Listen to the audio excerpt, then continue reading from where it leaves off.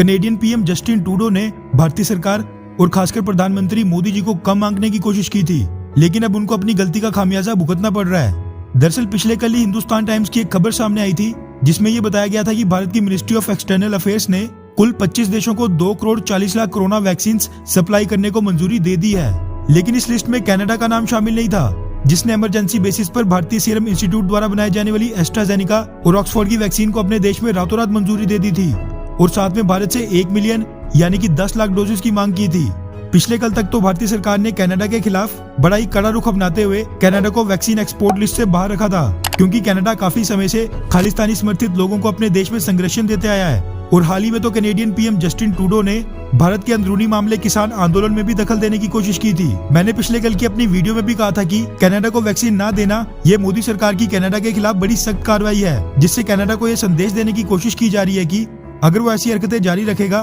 तो दोनों देशों के संबंध पूरी तरह बिगड़ जाएंगे। और खास बात यह रही कि भारतीय सरकार का तीर बिल्कुल निशाने पर जाकर लगा है और अब Canadian PM Justin Trudeau Bharat के सामने घुटनों पर आ गए हैं। कनाडा में कोरोना की सिचुएशन कंट्रोल से बाहर हो रही है और वैक्सीनेशन प्रोग्राम वैक्सीन की कमी के कारण बिल्कुल ना के बराबर चल रहा है। ऊपर से भारतीय सरकार का वो फरमान जिसमें बाकी के 25 देशों को तो नाम था, लेकिन कनाडा का नहीं।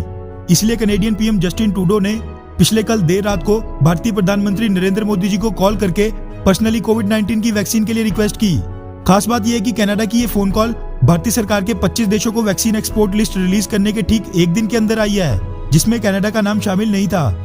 और इस चीज से ये अंदाजा लगाया जा सकता है कि भारत के कनाडा को वैक्सीन न देने के फैसले से कनाडा पूरी तरह हिल गया है। इस कॉल के बारे में जानकारी देते हुए भारतीय प्रधानमंत्री नरेंद्र मोदी जी ने पिछले कल देर रात 10:30 बजे के करीब एक ट्वीट करके कहा कि उन्होंने अपने दोस्त कनेडियन पीएम जस्टिन ट्रूडो की कॉल रिसीव की और उनको आश्वस्त किया कि भारत कनाडा को वैक्सीन मुहैया करवाने की पूरी कोशिश करेगा। गौर करने वाली बात यह है कि 25 देशों की वैक्सीन एक्सपोर्ट लिस्ट से बाहर रखना पहले ही भारतीय सरकार की बड़ी सख्त कार्रवाई मानी जा रही थी, क्योंकि भारत तो अपने सबसे बड़े दुश्मन पाकिस्तान तक को मेडिसिन बेचता है। मगर इस कार्रवाई का बड़े ही कम समय में सकारात्मक यानी कि पॉजिटिव इफेक्ट देखने को मिला है और कनेडियन पीएम जस्टिन ट्रूडो ने 24 घंटे के अंदर ही भारत फोन मिला लिया, जो दर्शाता है कि भारत की विदेश नीति विदेश मंत्री एस जयशंकर साहब और प्रधानमंत्री नरेंद्र मोदी जी के नेतृत्व में बिल्कुल सही दिशा में जा रही है। वैसे हमारा देश भारत वासुदेवा कुटुंबकम के आदर्श पर चलने वाला देश है और हम मानते हैं कि पूरी दुनिया एक ही परिवार है। इसलिए बेशक Canadian PM Justin Trudeau Bharat विरोधी पाकिस्तानी समर्थित खालिस्तानी गुटों का इस्तेमाल करके कनाडा में अपनी पॉलिटिक्स चमकाते हैं, लेकिन फिर भी भारत उनकी गलतियों की सजा